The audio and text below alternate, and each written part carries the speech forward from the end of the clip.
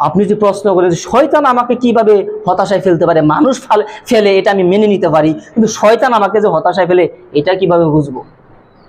যদি এই কথা আপনি আমাকে বলেন তাহলে আপনাকে আমি এইভাবে বলতে পারি যে আপনি একজন মানুষের কাছ থেকে 10 লাখ টাকা ঋণ করে নিয়ে আসছেন। এখন এই ঋণ আপনি আপনার বিজনেসে লাগিয়েছেন, কিন্তু আপনার বিজনেসে আপনি লস খেয়েছেন। কেমন লস? একেবারে দেউলিয়া হয়ে গেছেন। দেউলিয়া অবস্থায় আপনি কি হতাশা হবেন না? অবশ্যই হতাশা হবেন, অবশ্যই আপনার টেনশন হবে, চিন্তা হবে। এই অবস্থায় এখন একজন মানুষ কি করবে বলেন? মানুষটি ঝুম ধরে বসে থাকবে। কি হলো জীবনে? জীবনে অধিক লাভ করার আশায় জীবনে সবকিছু শেষ করে দিলাম। ওই লোকটি বসে রয়েছে। লোকটি দিন যায় রাত্রি যায়, দিন যায় রাত্রি যায়। আপনার দিন গেল, রাত গেল, আপনার সপ্তাহ গেল, মাস গেল। যেতে যেতে একটি সময় লোকটি এমন হয়ে যায়, হয় লোকটি আপনার মৃত্যুকে বেছে নিতে বাধ্য হয়, অথবা লোকটি আপনার নিষেধাজ্ঞা দ্রব্যের ভিতরে আকৃষ্ট হয়ে যায়, যে আমি যদি এই নিশা পান করি তাহলে আমি অল্প সময় মাতাল অবস্থায় থাকি। আর এই যে মাতাল অবস্থায় আমি থাকি, এই অবস্থায় আমার টেনশন, আমি চিন্তাকে ভুলে থাকি। এই যে মানুষ একটি টেনশন থেকে বাঁচার জন্য, একটি চিন্তায় থেকে বাঁচার জন্য, একটি হতাশায় থেকে বাঁচার জন্য অন্য একটি মাধ্যম ব্যবহার করলো, এটাকেই বলা হয় শয়তানের চক্রান্ত। শয়তান বলে যে এক ভুল থেকে তুমি বাঁচার জন্য অন্য ভুল করো, এটা হচ্ছে আমার প্ল্যানিং।